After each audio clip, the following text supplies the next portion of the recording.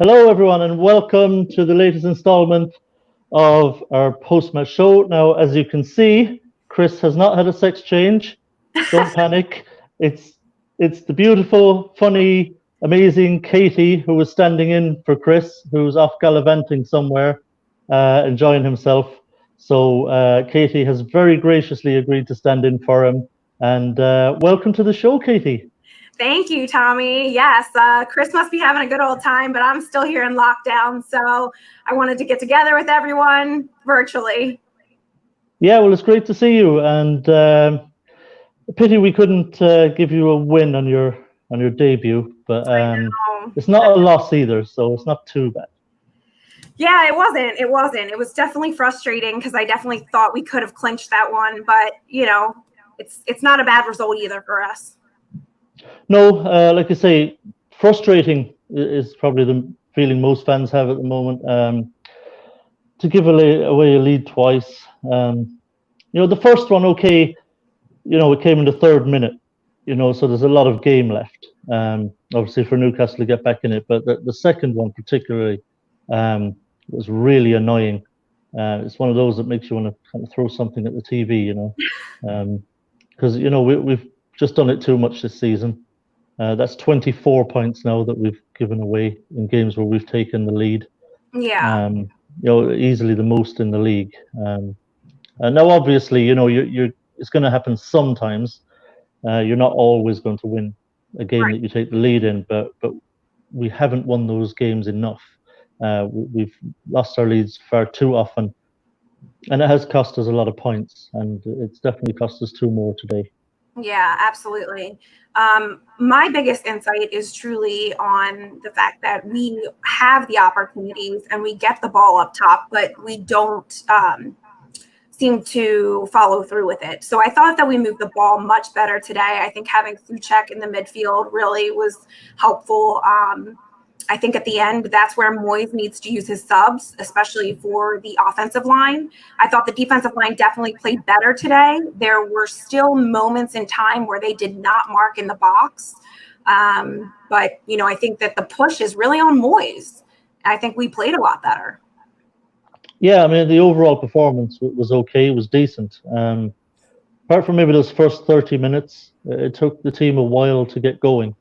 First 30 minutes, I thought we were very sloppy in possession, couldn't really string two passes together. And despite the fact we scored early on, I mean, just the perfect start. I mean, when you score after 3 minutes, essentially, it's like having a one-goal head start in a game, And but the next 30 minutes, was all Newcastle really, and we just kept giving the ball away in possession. Midfield, we just weren't tight enough on them, and they were just kind of sailing up to the edge of our box, really, far too easily. And obviously, in that period, Newcastle equalised and, could have gone ahead, really. They had numerous opportunities that they didn't take advantage of. Their final ball wasn't good. So we kind of got away with it in that period a little bit, albeit in that same period, there were a couple of moments where we might have gotten something ourselves. I think Antonio had another opportunity at the far post. Right. Ball come in. I can't remember who played it. Cresswell maybe from the left-hand side, and he just kind of swept his foot at it, but didn't get a great contact. And it was a routine save for Dubravka. And Bowen as well had an opportunity. There was a shot from Cresswell, which he kind of hit across the face of goal, and Jared Bowen kind of threw himself at it and got a toe on it, but just couldn't direct it past Dubravka. Unfortunately, went straight at him. So we had another couple of moments ourselves. But overall, those first 30 minutes, we were actually quite poor. But after 30 minutes, I think we improved an awful lot. We started to string some passes together, to move the ball from back to front much better, and created some opportunities. We looked quite dangerous in those final 15 minutes of the first half. But overall, I think our second half was better, but so a mixed first half, really. Yeah, I agree. I think our second half was better. I definitely think Fabianski really pulled through for us, making several decent saves in the first half. Agbana let that goal in. He, had the defender slip right behind him. If you watch the replay, he's not even really looking. He kind of tracks the player, but he lets him slide right behind him. And that's, typical of when the other team seemed to score against us. We're not marking in the box. Yeah, you can't lose concentration in situations like that. It only takes a second for you to switch off, and your opponent's in behind. That was a poor goal to concede, really. It initially started from where Cresswell was. He had actually picked up San Maximin in the inside right channel, which initially was the correct thing to do.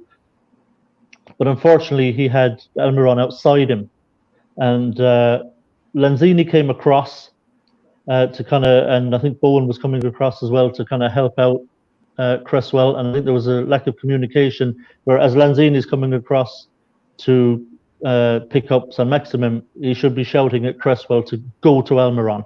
Get out there to him, leave him, I've got him, go out to Almiron. But that didn't happen, and Almiron was all on his own out there. And as I say, just put a kind of square ball into the box. Albona had kind of switched off for a second, and 1-1. Very sloppy goal. Like I say, it was a concentration issue. Actually, it was a miscommunication first between Lanzini and Cresswell, and then lack of concentration from Albona for a second. Yeah, I still think that shouldn't happen in the box. Regardless of what happens outside, yeah, there's miscommunications that occur. We can't, predict those things, but they have to tighten up inside. Yeah, definitely. There's no excuse for it, really. I mean, it's not like, you can't blame mental fatigue, because it happened in the 85th minute, where you're tired mentally and physically, Sure. and you just switched off. I mean, this is early in the game. When you already have been coming under some pressure, and you've got to be alive to everything. But Albona, he's a very experienced defender, and he's been one of our best performers all season. So I think he'll be very disappointed with himself, for allowing that to happen. So he when he sees it back, he won't be happy. But unfortunately, it only takes a second, and it's cost us today. Yes, I agree. He did a better job, though, actually placing the ball on the attack. So I thought the defenders did a better job of moving the ball down the field. And we had the support of the midfield as well. I think that you were correct, with having Bowen up on the top, in the top three, and feeding to Antonio. That gave us more opportunities. Rice did a phenomenal job feeding the ball, of course. But I don't think that Bowen should be taking our corner kicks ever. He's proven himself to be not our corner kick man. Yeah, but I suppose Lanzini could take them. He used to be our corner kick taker, and Cresswell can take them. Problem is, I think without Snodgrass, we don't really have anybody who seems to be able to take really good set pieces and get great deliveries in. They're all kind of generic deliveries, although albeit there's going to be people in the comment section now pointing out that Bowen put the corner in for Souček's goal against Chelsea and today. So both of Souček's goals against Chelsea, the one that was ruled out and the one that stood, and he put that ball into the far post for Souček's goal today. So he's not bad at them, but yeah, obviously he's not Snodgrass either at them. Snodgrass is brilliant at set pieces, but they need to practice that more. Yeah, and I don't know why they haven't with all the time, off. Yeah, well, hopefully Bowen is, hopefully on the training ground, Bowen is putting in the plenty of corners and because I would rather his accuracy on the pitch and having Noble or someone else, doing the cross. Yeah, ideally, maybe like I say, we'd have Lanzini and or Cresswell taking them, but unfortunately they're not particularly good at them either. Noble could try it, but like I say, without Snodgrass, we don't really have anybody else who's great at that. But I agree with you on Rice and his performance. I mean, he was just outstanding again. We're almost going to start taking it for granted now, that Rice is just going to be really great every game, especially as he didn't get very much help in those first 30 minutes. No, I thought Souček took a little while to get going. and Lanzini was a ghost. You wouldn't have known Lanzini was on the pitch in the first half. Glad we took him out. So what do you think about the substitutions? First one I thought was a bit bizarre, bringing Noble on. Yeah. I didn't understand that. I was sure we were going to see Wilshere again, which would have been fine. Wilshere's a great player. I mean, he has a real eye for a pass, and he's very accurate through balls. Very clever player. So I was surprised when Noble came on. It just it kind of smacked to me of kind of a safety sub. Where they thought, okay, we'll just have Noble because he'll kind of sit and just spray the ball around, and we'll keep possession a bit and not give anything away. And it was a bit defensive for me. Yeah, that's what I thought. I thought it was definitely a defensive move, and I was looking for something more offensive at that point. Yeah, because the game was there to be won. We were matching Newcastle, and there were chances. I mean, we got 17 shots off today. That's a lot for us. It is a lot. For any team, you'd be very happy with 17 attempts on goal. So it was there to be won. So I was a little disappointed with that one. The Yarmolenko one, obviously, was absolutely correct. Given what he did against Chelsea, it was an obvious one. I'd like to have seen him a bit earlier, though. He wasn't given a huge amount of time to have an impact. But even at that, I mean, he was very unlucky not to score. He received a pass from Rice towards the end and gave a beautiful little layoff, little 1-2, and then hit an absolutely stinging shot. Which unfortunately, he absolutely rattled it, and it was a thunder bastard, as we say. And unfortunately, it went straight at Dubravka, who could barely get his hands up to it in time, and could only bat it back out into the box. Unfortunately, we couldn't pick up the rebound. I think we should him more. I think that he is. I think he gets butterfingers from time to time. So I really was hoping that Antonio was really going to be up, pushed against him, and he wasn't as much. And I also think that with the substitutions, going back to that, I was definitely surprised that he was putting in Noble first. I definitely think that he put Yarmolenko in way too late. And I also think that they should have put someone else in the midfield. So, I'm sorry, not midfield, up at striker, because Antonio was starting to get really tired and Bowen was sort of dragging a little bit as well. So I thought, maybe a Jetty, get somebody fresh in there and do something. That's what we get to these moments in the game where we're in it. Now let's start taking chances and taking those opportunities to heart. That's what I think we're missing. I don't think Moyes is bold enough to do that. He just wants to, play it safe. Yeah, I agree with you completely on that. I was tweeting it at the time. Antonio was flagging. He was spent. So I just wanted to see some fresh legs in there, see if we could nick a winner. Like I said, he could have just done a straight swap for Jetty, taken Antonio off. I would have been fine with that.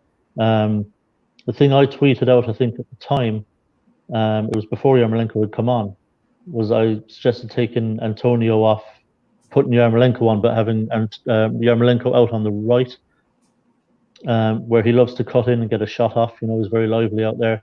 And I would have moved Bowen up front because he's a natural finisher. Yeah. So I thought, he just needs a half chance, and he's likely to put it away, Bowen. A really great natural finisher. So either or would have been fine. But unfortunately, he's determined to run Antonio into the ground.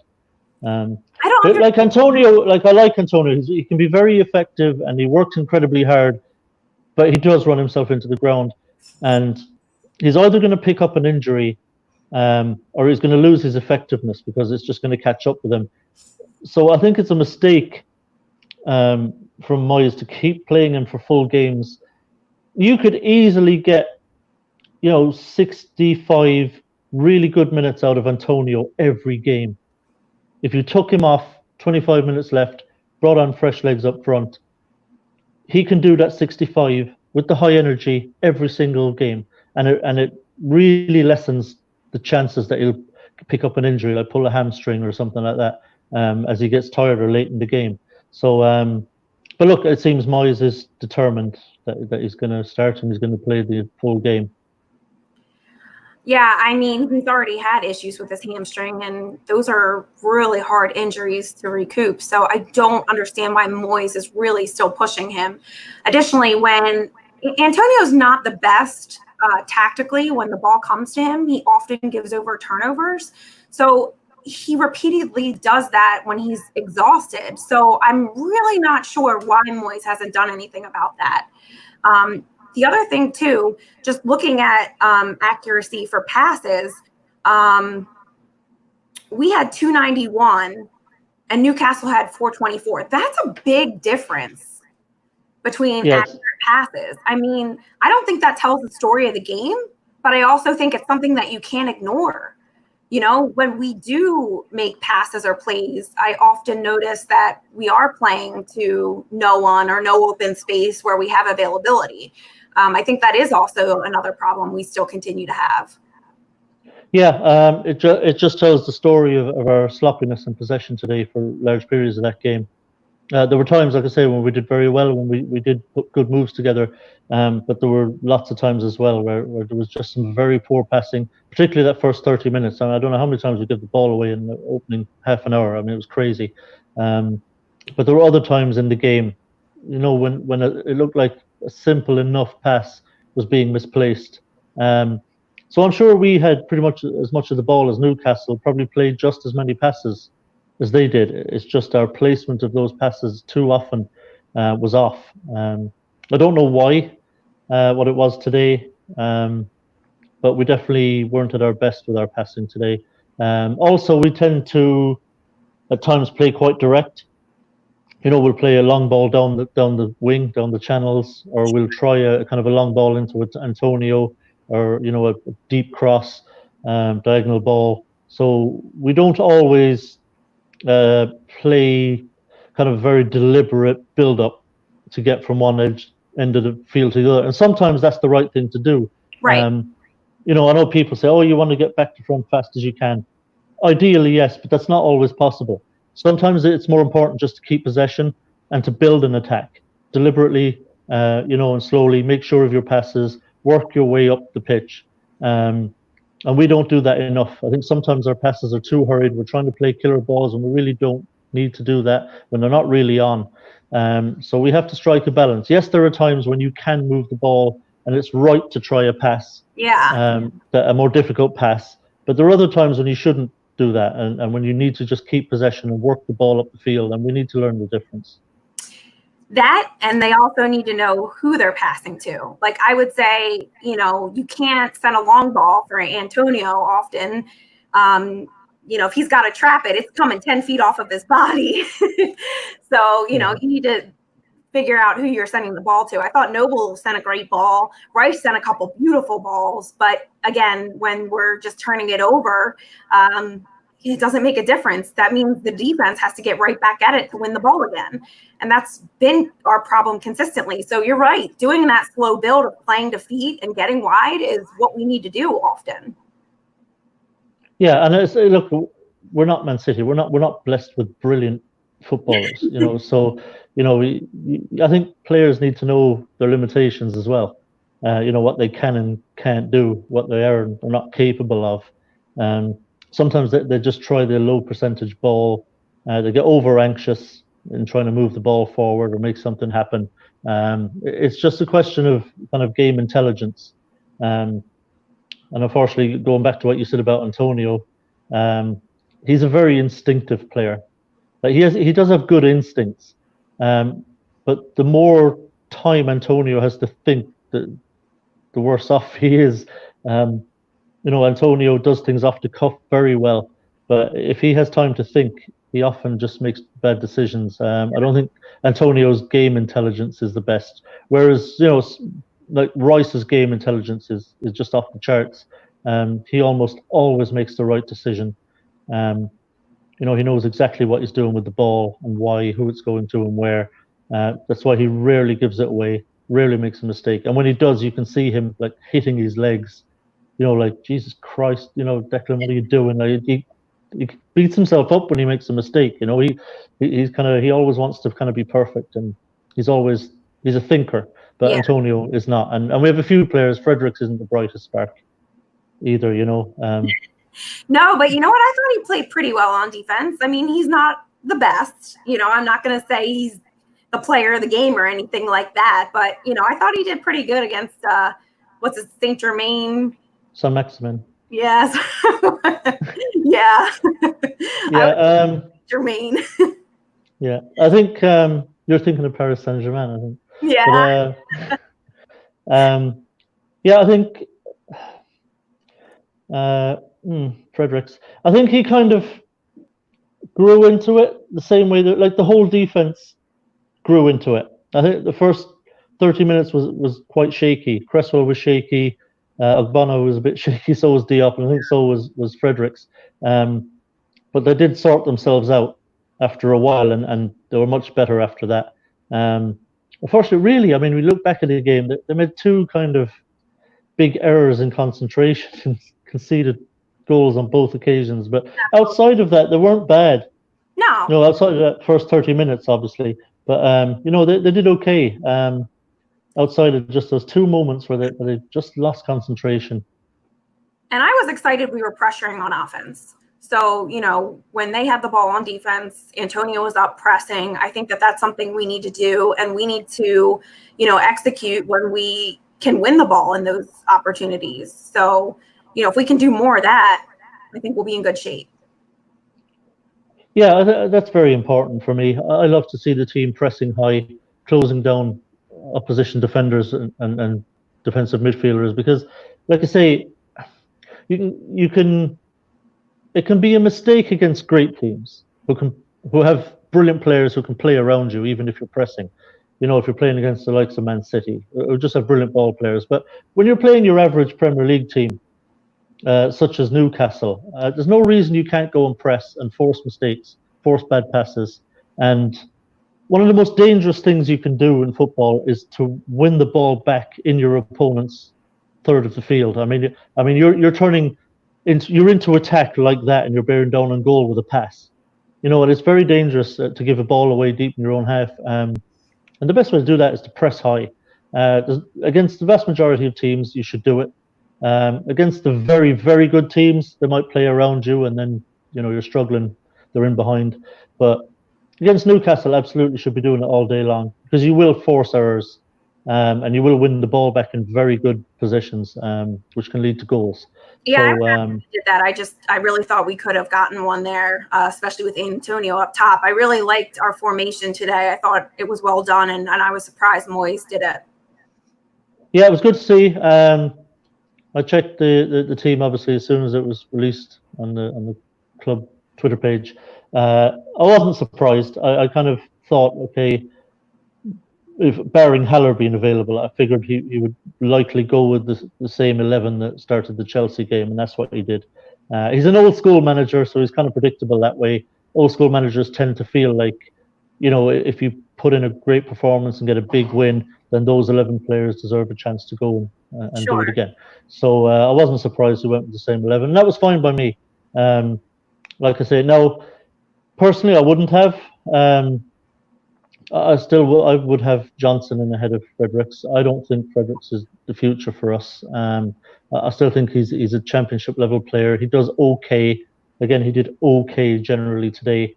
But I think we have to improve our quality at the fullback positions. Cresswell clearly now is on a downward spiral. You know, he's not as good as he used to be, and I think we really need to address the fullback positions, because they're too important now. In the modern game, the fullback positions are just hugely important, and we can't neglect them. So I would have started Johnson, because we need to know now if Johnson is the future for us at right back. That's his natural position. So I'd still like to see him start there ahead of Fredericks. That was going to be my question. You know, why are we waiting to see him? Because I want him in now. What are we waiting for? I have no idea, to be honest. He's very talented. We've seen that already. He played a couple of times against Man City, and that was out of position. He was played at left back, and he played really well. His debut was at the Etihad, you know, left back, out of position. Yeah. And he did extremely well in that game. You know, he looked a really good young player. So I can't understand, bearing Moyes really rates Fredericks, or maybe he just loves a fullback with pace. I just don't know what Moyes' thinking is. But I can't speak for him. But it baffles me. I wouldn't hesitate to. Once I knew Ngakia wasn't signing a new contract, he would have been off the team immediately. I would not have played him, Yeah. and I'd have put Johnson in because Fredericks wasn't really available at the time. I would have started Johnson. Johnson would have played a handful of games by now, for me, Yeah. and we would already have a really good idea of what we've got there. Right, and that was my Because like you say, we need to know: do we need a right back or not? exactly. What do we have our right back for the future or do we not? We need to know that now. Yeah, that's where I am, and I don't understand why he's waiting on these key issues, such as playing Ben Johnson, such as getting someone else up at the top to play striker when Antonio is starting to dog. These are the questions I have, and I don't understand why we're not making these changes because they are key to us winning. Yeah, and once again, just talk about substitutions. Just go back to it for a second because sure, I think it's important. I love Mark Noble. He's been an unbelievable servant for the club. He's Mr. West Ham, so I've never dogged on Mark Noble as a person or even as a player, really. But I don't know what it is with West Ham managers. They just insist on having him on the pitch. I reckon if he was like 100% fit, I've no doubt Moyes would have dropped Lanzini again and put Noble back in to start the game. Noble, for me, just needs to retire at the end of this season because managers are not going to drop him. And he's past it. He's way too slow. He can't compete in the Premier League anymore. I don't believe. No, he's done. He'll be just inside an opponent's half of the field, and we'll lose possession, and the ball will be played into the centre, and whoever is opposite him is just gone. He's sailing past him. He turns like a tank, Noble, and he doesn't have the legs to get back in. And it's not his fault. The guy's he loves West Ham. He's doing his best, but it just isn't there anymore. He just can't do it. And I was really worried when Moyes brought him on today that it was going to cost us the game. Because he just gets run past too easily. But yeah, I mean, I couldn't believe when I saw Noble warming up. When it wasn't Wilshere. Because Wilshere is the kind of player who was 26. He's in his prime. He's 100% fit. He already made an appearance against Chelsea. And raring to go, and just a technically fantastic player. We do not have a better technical player in the squad than Wilshere. I agree. And he's the kind of player that can split a defense with a pass. I love it. And that was exactly what we needed in a game that was that open against opponents who were tiring. Jack Wilshere could be the winning of the game for you. And he's not slow, Wilshere. He's not especially pacey, but he's certainly a lot quicker than Noble over the ground. And, he would have been better able to track back when we did lose the ball and get back in and help out. So I think this is what we're going to be left with until Noble retires, which I believe will be the end of next season. But I frankly, as much as I love the guy, I think he should retire at the end of this season because, it would be the best thing for the team's future, going forward. And I don't like saying that. Yeah, I mean, it's unfortunate, but I think it's the truth. And, I don't think he will retire. I think he believes he still has it. I think his mind and his body are in two separate places, where he still thinks he has it, but he truly doesn't. We need Wilshere out there instead of him. And that's why I was so puzzled by the substitution. I just still can't get into Moyes' head. Yeah, it's just manager after manager, really. That Noble just plays, and that's it. Yeah, you're right. They only have to pick, 10 players. All right, the keeper is probably, a given. But, all our managers are like keeper, him, Noble, and now who else are we playing? So Noble just starts every game for every manager, regardless of performance, no matter how old he's getting. I don't know why. But and I think Rice is the future now, and that's what we should be looking to. Give Rice the armband permanently. Yeah. Hand him the armband, and I don't think Mark Noble would kick up a fuss with that whatsoever. I don't believe he would. I think if the manager sat down with Mark Noble and said, "Listen, you're not getting any younger. You're getting towards retirement now. Um, I don't think you can play week in, week out. Playing 90 minutes and stuff. So, going forward, you're likely just going to be a substitute, and we're going to, give Declan the captaincy." I don't think he would have a problem. I don't think so either. I think you're right. I think Noble has become more of maybe a practice player where he's really put forth in practice. And so the coaches are seeing that execution. But when it comes down to game day, he just can't keep up. So I think you're right. I think, Rice has just been incredibly consistent. He knows where to put the ball. He's a good communicator. He directs that midfield perfectly. So it's time. I think it's time. He's not young anymore, so people can't say that. I think he's very well experienced and he's ready to take over that role. Yeah, especially with the other midfielders we've got available. It would be different if we just didn't have any other really quality midfielders to play, but we do. Yeah, Souček is there. We've got Lanzini, who unfortunately I think took a backward step today after a promising kind of effort against Chelsea. He was anonymous today. I was actually surprised. I wouldn't have started Lanzini, frankly. I would have had Wilshere there from the start, but I would have put Wilshere out first as well. I was sad to see that Lanzini didn't. He was just kind of there. Yeah, he was just anonymous. I mean, he played. I thought he did really well against Chelsea. He effort-wise, he really put in a huge effort. He was obvious in the game. You knew he was on the pitch. He was putting in tackles. He was closing down, working hard for the team. Okay, He didn't do a huge amount attacking-wise, but I thought, that'll come. If he's playing games and he's working hard like that, I'm okay with him. And then the confidence and the form will come back and the flair will kind of return. But again, he just took a step back today. I just didn't notice him on the pitch. And exactly what you're saying, and that's okay. But that's when Moyes needs to take a step back and say, okay, he's not having a great game. Things aren't changing in this 34 minutes. We're going to pull him and put someone else in. We have the substitutions at this point. Yeah. Let's use them. Exactly. I mean, I don't blame Moyes for starting him today. I would have started Wilshere, but I don't blame Moyes for starting him. But I would have hauled him at half time. Sure. Because he was anonymous. He was a ghost. And then you just say, look, it's just not happening for you today. We can't have passengers in there. And I would have taken him off at half. You've got 5 subs. 5 subs, there's no excuse. I know when you have your usual 3 subs, managers are very slow to make a sub at half time. Sure. Unless they're forced into it through an injury or something. But, there's no excuse now with 5 subs. I mean, haul him off at halftime, put Wilshere in there, and give him 45 minutes to go and impact the game. I know. So, I don't. But again, look, that's Moyes. I mean, how often have we said about Moyes that he just leaves players in there too long? He doesn't get players out of there who are passengers. We can't. It's like playing with a man down. You can't leave them players on there.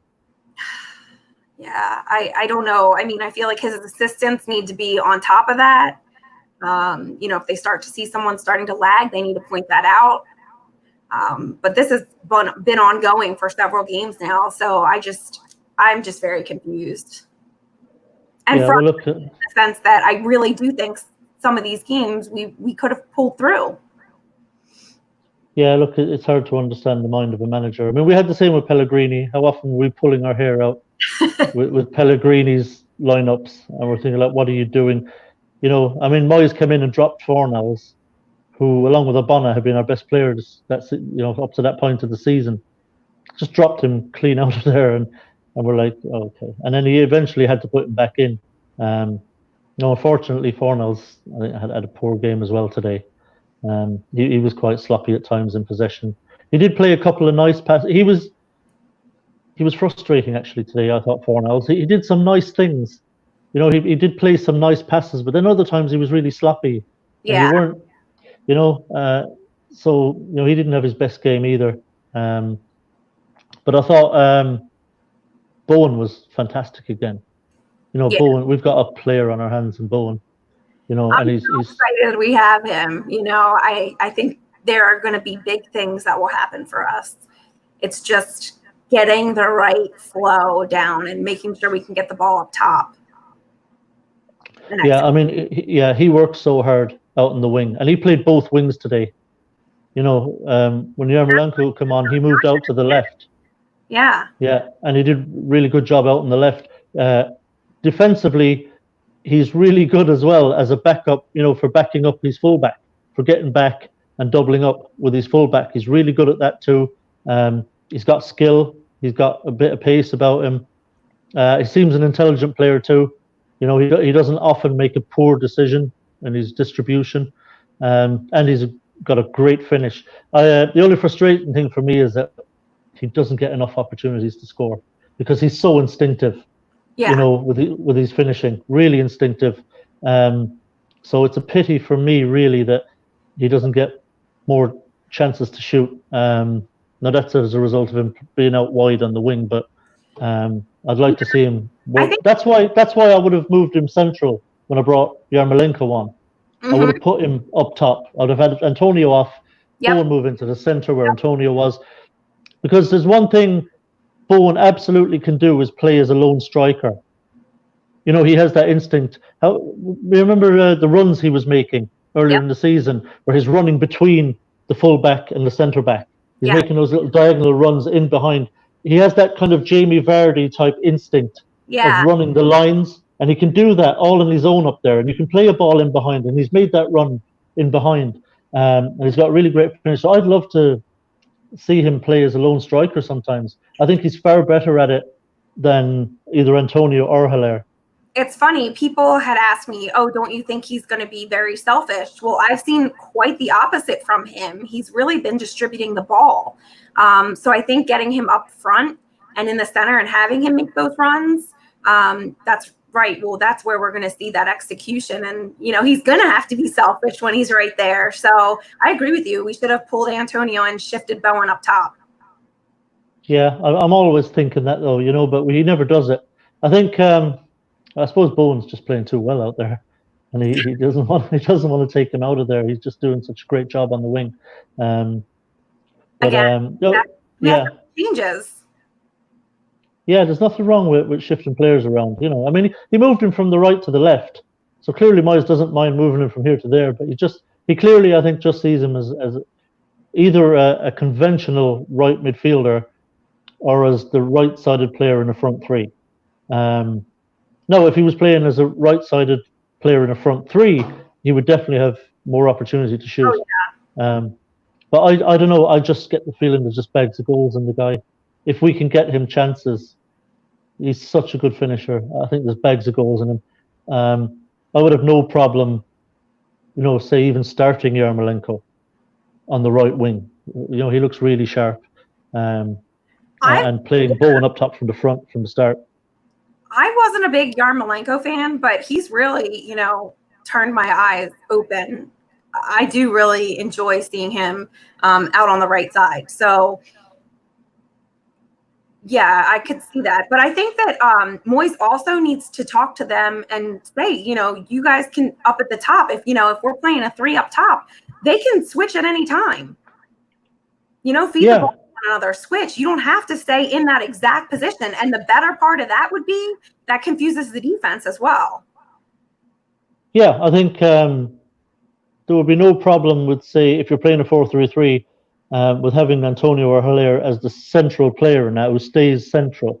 And then basically you have Yarmolenko and Bowen operating basically as satellite forwards around them, where they can just you can come over and back, switch over and back. Run wherever you want to run, because they're both capable of that. It doesn't matter to Yarmolenko or Bowen if they're on the right or left of that central striker.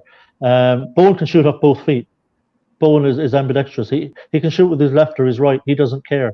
And we've seen from Yarmolenko, if he's out on the left, he can just hit it with his left. If he's out on the right, he can do what he did against Chelsea because he's brilliant at it. That little cut inside and then the curler inside the post, inside the far post. So they can both, work as satellite strikers around a central striker, and I think they would actually be brilliantly suited to that. And so you've got a great mix. You've got your brute force central striker, whether it's Antonio or Hilaire, big, strong, powerful, going to be a real problem for centre backs. And then Yarmolenko and Bowen just satelliting around them. It could cause chaos. Exactly. So even if you have Antonio and Hilaire up top and they're pushing the ball, if they drop it back on the 18, Bowen can shoot from there, Yarmo can shoot from there, Rice, Wilshere. Souček has a shot in him. Exactly. So Souček hit an absolute screamer. Who was it again? And it just got headed over the bar.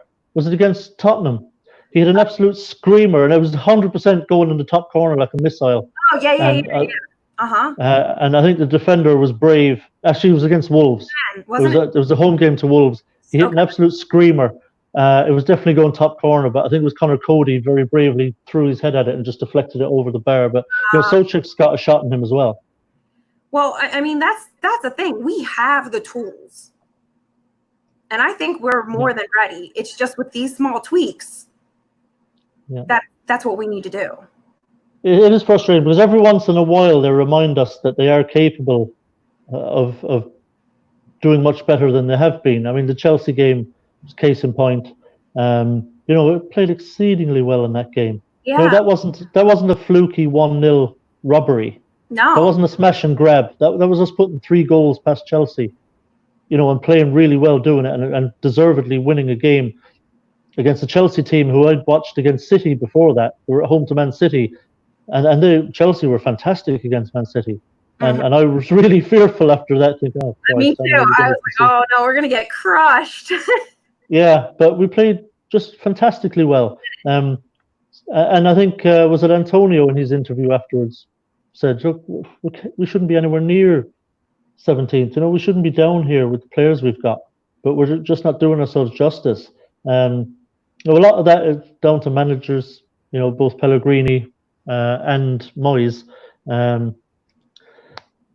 today, again, we couldn't keep a clean sheet. And the only clean sheet we've kept in Moyes' second spell was the first game at home to Bournemouth when we beat them 4-0. We've conceded in every other game that we've played.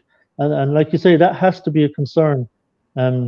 You're making it difficult for yourself to go out and win games. You have to score at least twice to get a win, at least twice. Often we'd have to score 3 to win a game. That's a big ask of players week in, week out, to have to keep scoring right now. Luckily, we've managed 3 against Chelsea and 2 today. But it just goes to show again, if we hadn't scored the 3 against Chelsea, hadn't scored twice today, we'd be leaving with nothing, So, we have to figure out how to stop conceding goals. We've got to start keeping some clean sheets and give ourselves a real chance. Agreed. I think that beyond the substituting, it's definitely marking up in the box and tightening up our turnovers. I think, those are the biggest things we need to focus on moving forward. Yeah. I'm sure Moyes can't be happy, that we seem incapable of keeping clean sheets. Because it's a huge deal. Now, I wouldn't want to go ultra conservative in order to do it, because I think that hamstrings you at the other end of the pitch. But it's about finding that balance where we can defend well. Our problem, I think, a lot is we're not exactly blessed with pace around the pitch, so it's difficult for us to kind of get back sometimes quickly enough when we do lose the ball in advanced positions, and we can be quite open and we can get just run through in midfield. It goes back to what I was saying about Noble. We just can't get back in. So I think that's why when we work hard to win the ball, we need to keep it. Exactly. That's what I was saying to you. We've got to be careful with our passes. Maybe just a slower, more deliberate build-up at times is what we need. And you're correct. We don't have to be the fastest team. If we build it up and we get the correct, opportunity and someone can finish, that's all we need. Just one time. Yeah, listen, you watch Man City. No, I know we're not Man City, but I'm just using it as an example of, there's more than one way to skin a cat, right? So yeah, we're definitely not Man City, but no, but I'm just talking about the principle, okay? Man City, how often have we seen them string pass after pass after pass after? They might take 20 passes, 25 passes just to get to the edge of your box. right. They'll take their time. They'll string passes around. They're not panicking. They're not trying to play silly passes that aren't on. They're taking their time, working their way up the pitch, moving, passing, safe passes. And next thing you know, after 20, 25 passes, they're up around the edge of your box. And they haven't really had to do anything spectacular to get there. They've just been smart about how they move the ball.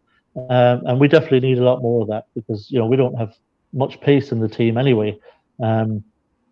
So I'd like to see a bit more of that. And that will help as well with not conceding as many goals because we're not going to be trying passes that we shouldn't be trying. And then losing the ball, and then we're trying to run back towards our own goal. We don't have a lot of players with pace who can overtake a player who's gone past them with the ball. So, yeah, but who knows? It's up to Miles, I guess. But that's what I'd be doing. No, I absolutely agree with you. I think that, when we take our time and we get the ball down the field, we're going to have more legs. And people are going to, be able to be a little bit more confident. And, maybe Antonio won't be gassed by the end of the game because he's running up and down the field trying to do everything. So yeah, poor Antonio. He does have to chase a lot of lost causes, doesn't he? People will just boot the ball up the field, and he has to go chasing it. No, it's pointless exercise, and it's a fool's errand. Right, obviously when it's a risky situation, you got to boot the ball every once in a while, but we can't be doing that, 7-8 times a game. That really gasses your strikers. Yeah, and poor Antonio, he probably, and he's game. You know what I mean? He'll always chase it. Yeah. And he won't complain. He'll just chase it down. He'll try and run a centre back into a corner. Try and get something out of it. Corner or throw in or something. So his attitude is absolutely fantastic. But there are times when the ball gets booted over the top, and I'm saying, you know what, Mikhail, if it's an impossible ball, don't even bother chasing it. Yeah. Just turn around and put your hands up and say, like, what is that? Yeah. What am I supposed to do with that? You give me smarter balls. Give them into feet, into my chest. Give me a chance. Well, some of those too, he doesn't control, but I agree with you. I think I know, yeah. He'd have more of an opportunity if he wasn't, running to win every single ball. Yeah, I agree that his touch lets him down sometimes. Yeah, no question. He's not the most technically gifted, but sometimes he has the first touch of a serial killer. But But look, he gives it his all. But it's hard to fault him. Look, he's not a natural finisher.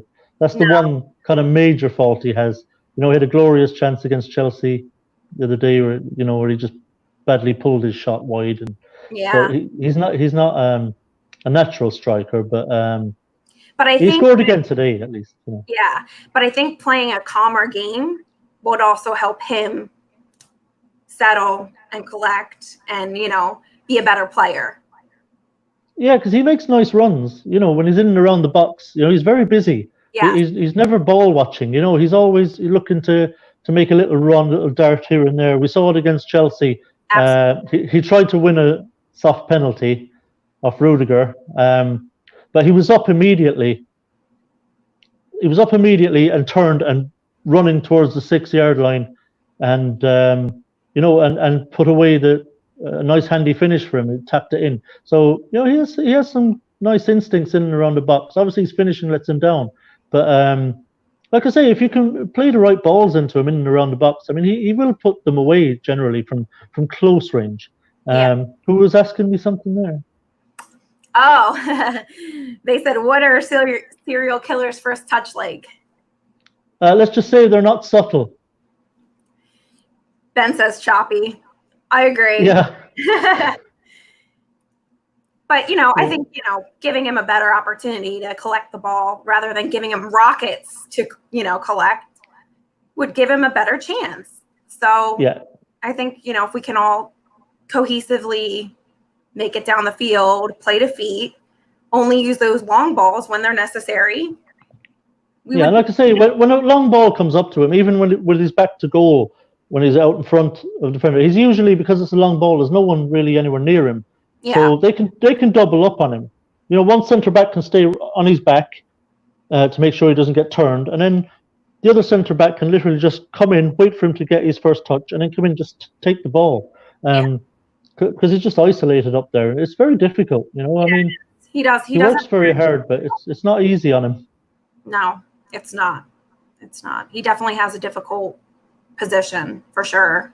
I know I harp on him a lot, but I don't envy him, Katie. Oh yeah, no, me neither. Kick and run is not my game. Yeah, and he gets kicked a lot. He gets fouled a lot. He's. Say it ain't so. Villa is gonna beat Liverpool. What's this? What time is that on? That's on now, isn't it? Is it on now? I can't remember the kickoff time. Yeah, they're playing now, but I don't see any goals, so just must be a general comment. No, it's still 0-0, but Villa's dominating. All right. Yeah, well, listen, Liverpool players are already on the beach, so they're done mentally with the season, I think. So obviously Villa are playing well, and maybe have had some chances to score, but fingers crossed. The last thing we need to know is Villa beating Liverpool. So. Yeah, we don't want them beating Liverpool. Yeah. So that's the thing today. I know. Sorry, Katie. I know, like I say, there was a lot of frustration about this result today because giving up the lead twice, particularly the second one a minute later, was just throw your cap on the ground kind of stuff. But I think when the dust settles, that we'll consider this to be a good point, because it puts us 4 points clear of Villa as things stand. Yeah. We'll see how they go today, but as things stand, it puts us 4. Plus, with our goal difference, it's effectively 5 points. Yeah, so, I'm always thirsty for a good win, and I know we have it in us, especially with strong players up at offense, strikers, our midfield, wings. We've got what it takes, in my opinion. I just think that there are a couple few things we need to tighten up. I'm excited to see what Wednesday brings. What do you think? Yeah. It's going to be a tough game again. I think it's going to be a close game again. Burnley are doing quite well. I think Sean Dyche's done a brilliant job with what he's got to work with up there. To have Burnley where they are in the table, he's doing a great job. So Burnley are no pushovers by any means. They're not. So that's going to be a difficult game. Yeah. People keep saying, "Oh, well, we have Burnley and we have Norwich, and who's the other? We've got 3 games now coming, which are kind of more winnable, as they say." Right. Villa is the last game. Yep. We've got Burnley, and then we're away to Norwich, I believe, after that. Mm-hmm. And then we're at home to another team down around us. I can't remember who it is now. Watford. So we've got So those 3 games, like I say, on paper, are more winnable. But Burnley are not going to be any kind of pushover. That'll be a difficult game. I'd be delighted if we come out of that with any kind of win. I'd take a 1-0 right now, against Burnley. Any win now.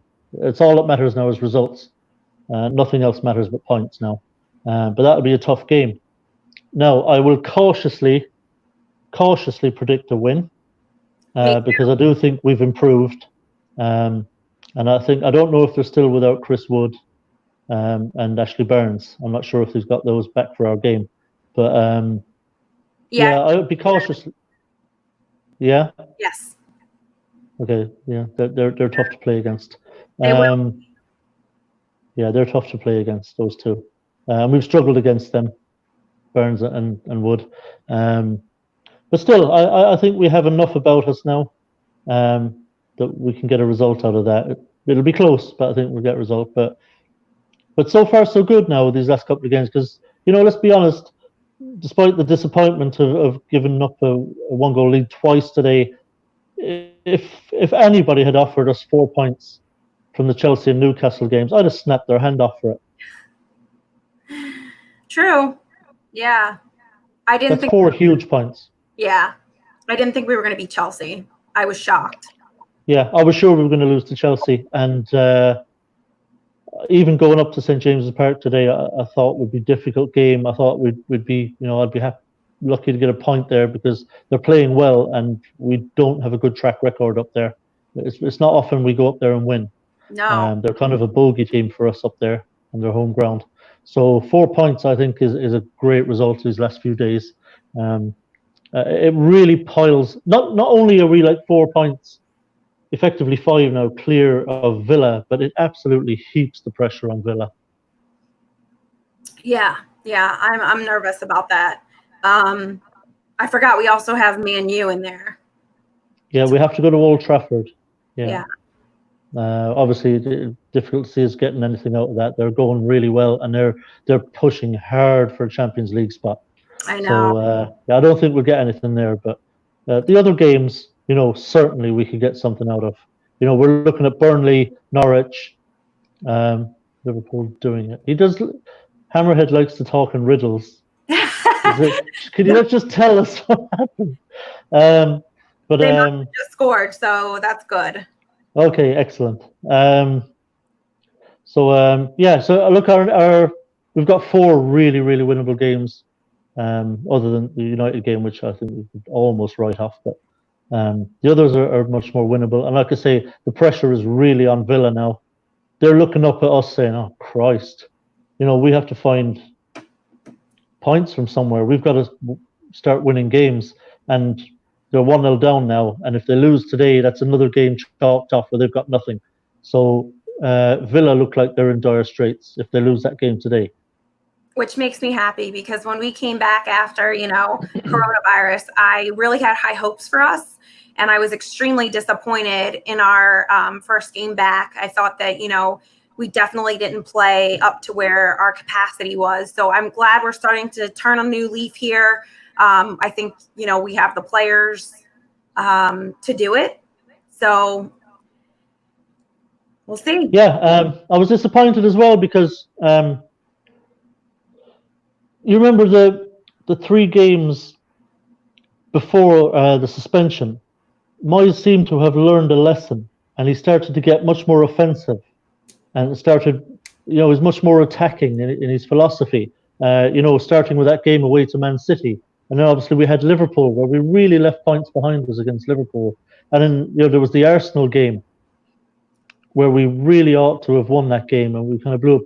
But it was much better because we were attacking, we were creating chances, we were scoring some goals. We were looking a lot better, and I think our outlook was much more positive that we'd turned the corner, and Moyes had realised, okay, look, I have to let them off the leash a bit and let them go and try and win games. But unfortunately, when he came back from the suspension, like for the Wolves game, he kind of reverted to type. He kind of went back into his shell a little bit. Yeah. But I think then for the Chelsea game and today, again, he seemed to just learn the lesson that, these players can actually go and win games if I let them go and win them. If I let them attack, I'll give them some freedom to do that more, that there are goals in them. And they are good players, and they can win us games. And I hope he just sticks with that now. And if he does, if he keeps allowing the team to attack, then I think we will score some goals. We've got 5 in 2 games now, and I think we will beat more teams than we lose to. Well, I hope so, because I'm getting hungry for us to start attacking. So from here on out, it better happen. Yeah, fingers crossed. Certainly at home to Burnley, you've got to be proactive there. Away to Norwich, they're at the foot of the table. They're struggling badly. You've got to go out and think you're going to be proactive and go out and try and beat them, be positive. And then, the same at home to Watford. We should go out and be looking to get at these teams. What do we have to fear from those teams? Yeah. We should absolutely be ready to go toe-to-toe with them and say to them, look, we think we're better than you. And we're going to go out and we're going to score goals and we're going to beat you. And I think that should be the attitude. And I think we will, largely for the most part. So I hope, in the next couple practices they sharpen their tools and, get that offensive line ready to go, because I think that we have what it takes to, fire off missiles from the 18. Yeah, no question. We've got players who are good attacking players and can shoot. So there's enough firepower there. Even without Hilaire, we've shown we can score goals. Yep. 5 in 2 games, as I said. And we should have had more than 2 today. Really. So just be positive. Let's go out and have a go at these teams, and we can take them. Absolutely. All but right. obviously, much more positive than say a week ago. Things looked really, really bleak. I was looking at the Chelsea and Newcastle games, thinking it's possible we could come out of these with nothing. But hallelujah, we've got 4 points. And the picture just looks completely different now. So it's been a huge week, and one we should all be very happy with, and which I think has really just ramped up our positivity now. And hopefully it's true of the players too. Hopefully now the players feeling very positive, feeling confident, and are they should be confident going into the Burnley game next week, feeling that they can go out and get after them and win the game. I think so. Yeah, I think that we have a lot of good to hope for. I don't think we'll get relegated if we continue to play the way we're playing now. Hopefully Villa loses today and continue to lose, so we'll be in a good spot. Yeah, I mean, look, man for man, we're better than them. Man for man, we're better than Burnley. We're better than Norwich. We're better than Watford. We've got the players, if Moyes will use them. If he'll bring, I don't know, like Hilaire missing again today, not on the bench. I don't know what the crack is with him, but, we were told initially that it might be just one game, or that, he might be kind of available for Chelsea. Then I think the news was, he might, then it was like, no, maybe won't make the Chelsea game, but he should be available for Newcastle. But we haven't seen him again today, so I don't know what's going on with him. No, I don't either, and I didn't see him on the injured list. Yeah, I have no idea what's going on there. But to be honest, I probably could manage without him the rest of the season. We could, but I don't. I would love to see him. Be nice, yeah. We'll see. We'll see what happens. The Burnley game, if he's going to be even on the bench for that. But fingers crossed, because we need everyone fit and raring to go. Need everyone fit. Yeah, but I'm hoping. The one thing I don't want to see is, and I'm kind of half expecting, is that Noble's going to be back starting for the Burnley game, and I don't want to see that. Yeah, I think unfortunately that's going to be the case. I don't think he should either.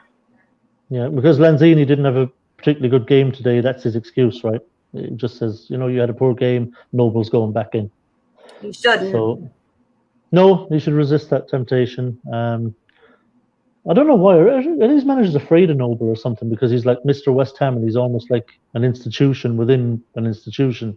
Like, are they afraid to drop him? Or that's why I mean, like, he's a practice player. Like, on the field, he's the leader. Everyone knows him. He's got this aura about him.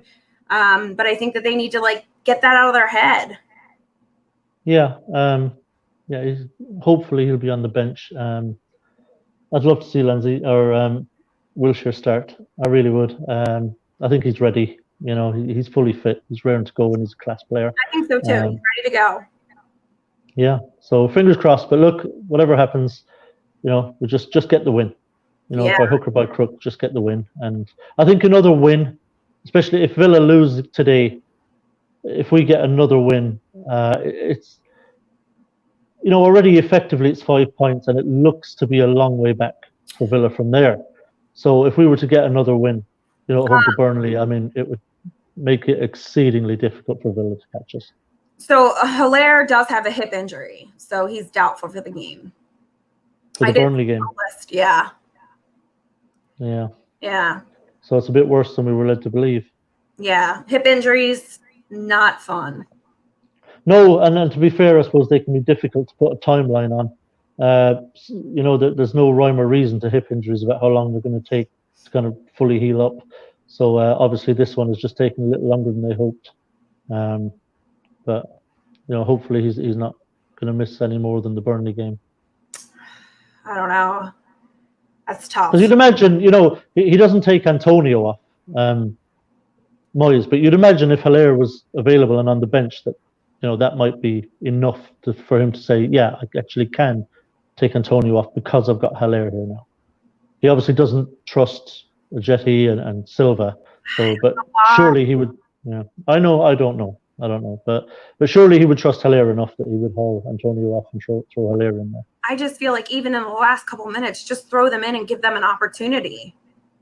Yeah, whenever I've seen Jetty, like he's looked lively. Like he's looked like he's doing a lot of running, and he's trying to do something, trying to make something happen. His head's in the game. He looked like he had a good attitude, and he was really lively in and around the box. I thought whenever he did come on, it's been a while, but he didn't look, like out of his depth really. But we just haven't seen enough of him to really even know what we've got. It's the same when we were talking about Ben Johnson, the young lad at right back. We still don't know what we've got. I still haven't got a clue what we've got in the Jetty, to be honest. Well, here's the thing. I think if you put somebody at the top at the end of the game, it's less risky than putting in Ben Johnson on defense. So I think that he's not even taking those chances for our offensive line. He's not going to take the chances for the defensive line. Yeah, I mean, there was no real danger in putting a Jetty on for 10 or 15 minutes. He wasn't going to cost us a goal at the other end. It was just, and he might win you the game. He might pop up with a goal. That's what I'm saying. Like, even Silva in practice was like burning it up. Yeah, I mean, it was only practice, but let's see what they got. But you see, like, Jetty does play for Switzerland, and he scores goals for them. At international level, he does score goals for Switzerland, and he definitely is a player who knows where the net is. Right. So but I guess that's managers. Look, Moyes sees him all the time in the training ground. Maybe for whatever reason he just doesn't rate him, and whether he's right or wrong, I don't even know. Yeah. But it doesn't look like we're ever going to see him, does it? Really, barring like injuries force him to play as Jetty. But I suspect he would. Yarmolenko and Bowen would be ahead of him in the pecking order, even for being moved up top as strikers. And once Hilaire's back, I mean, that's the end of that, really, isn't it? Yeah. So I doubt we'll see Silva or Jetty. I think they're there to make up the numbers on the bench and literally just to be there as basically in an emergency. If there's literally nobody else we can play up top, then fine, one of you can have a game. But other than that, I don't think we see them. Isn't it an emergency when we're losing 2-2? Or you would think 2-2, and we've been winning the whole game. Yeah, you would think, but I mean, I'd love to have seen him come on, but I think I've kind of given up on the prospect, to be honest. I don't think we're going to see him. I don't think so either. But all right, well, I guess we'll see what happens. Got a couple days to rest up and recover. Yeah, obviously the games are going to come thick and fast now. So this is where Moyes really has to kind of earn his corn, because he's going to have to make decisions on who can play all the games, or who needs to maybe just take a seat on the bench for a game, or who needs to come out after an hour, or maybe some player might not have to come off at half time because he's starting to look gassed. So he's got to get those calls right about who can play and who can't. Like I say, it's hard to see Antonio keep doing 90 minutes. I know. Does Moyes see that? I don't know. Yeah. And Noble, he'll put Noble back in, won't he? No, we don't want Noble. Yeah, I think it's coming though. But look, we hope, fingers crossed. Look, like I say, it's all about results now. By hook or by crook, just get the win against Burnley. And I think if we got a win against Burnley, I'd almost be ready to say that's us now. We're fine. We're not going down. It would be exceedingly difficult for Villa to overtake us at that point. Yeah, we will not go down. We will not go quietly into that good night. I hope not. Hopefully, we'll continue to pressure up top and play. Yeah. Well, look. We have a lot more to be optimistic about now than we've had for a while. So, let's keep it going. All right. Well, it was good day. It wasn't a terrible day. You know, we got points. Good for us. And yeah, look, I'm happy with the point. Ultimately, once the dust is all settled, obviously frustrated that we didn't win it given the circumstances of the game. But when the dust settles, I'm happy with the point. It's a good point. Yeah, it is a good point. So I'll be back on Thursday with Rebecca. Tommy, when will you be back on? Do you know? I will be back on after the Burnley game, so we'll be doing another post-match show. I don't know if Chris is going to have sorted himself out or not by then. If not, I may be seeing the lovely Katie again. The Miss Chris. That's it, yeah. Awesome. Chris brought this on himself. Yeah, exactly. He left. I didn't leave. He left. I took his place. I'll vote him out. All right, guys. So Tommy on Wednesday with Chris and Rebecca and Katie on Thursday. We'll see you guys then. Hope you guys have a good rest of your day. And don't forget, come on, you Irons. Come on, you Irons.